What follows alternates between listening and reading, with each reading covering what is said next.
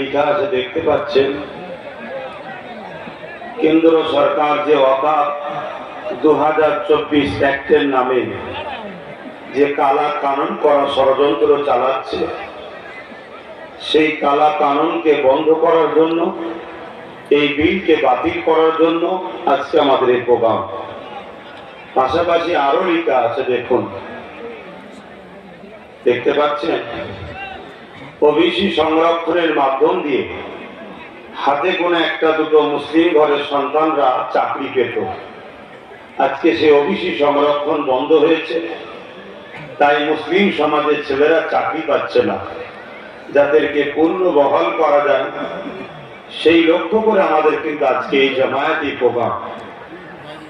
আর একটা অপশন লেখা আছে, দেখুন, মাদ্রাসা শিক্ষাকে ধ্বংসের দিকে নিয়ে যাচ্ছে, মাদ্রাসা বা শিক্ষা বাঁচাবার জন্য আমাদের এই প্রোগ্রাম।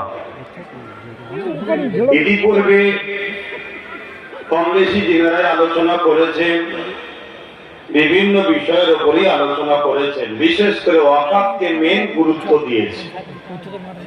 কেন ওয়াকাফকে গুরুত্ব দিয়েছে? ওয়াকাফ হলো সবকিছুর মূল, আমাদের ইসলামের একটা পার্ট। তাহলে ওয়াকাফ যদি শেষ হয়ে যায় আমাদের অস্তিত্ব মিটে যাবে।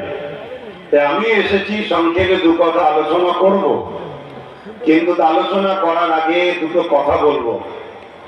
একটা কথা হচ্ছে, আমার যে মা বোনগুলো ওখানে দাঁড়িয়ে আছেন, আপনারা ওখান থেকে সরতে হবে। এটা কোনো রাজনীতির মিটিং নয় যে ছেলে মেয়ে একসাথে হুড়োহুড়ি করবে। তাই আমি এখান থেকে ঘোষণা দিচ্ছি, আপনারা আপনাদের জায়গায় সেই দূরে যেমন মা বোনেরা রয়েছে ওখানে যান।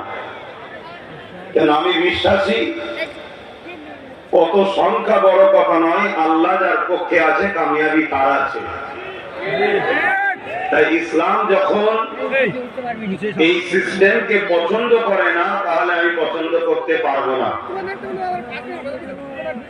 দ্বিতীয় নম্বর কথা, যাদের হাতে আমাদের শান, আমাদের মান, আমার দেশের গর্ব, আমার দেশের নিশানা, জাতীয় পতাকা আছে, ওই পতাকার যথাযথ মর্যাদা দেবেন, পতাকাকে উঁচু করে রাখবেন।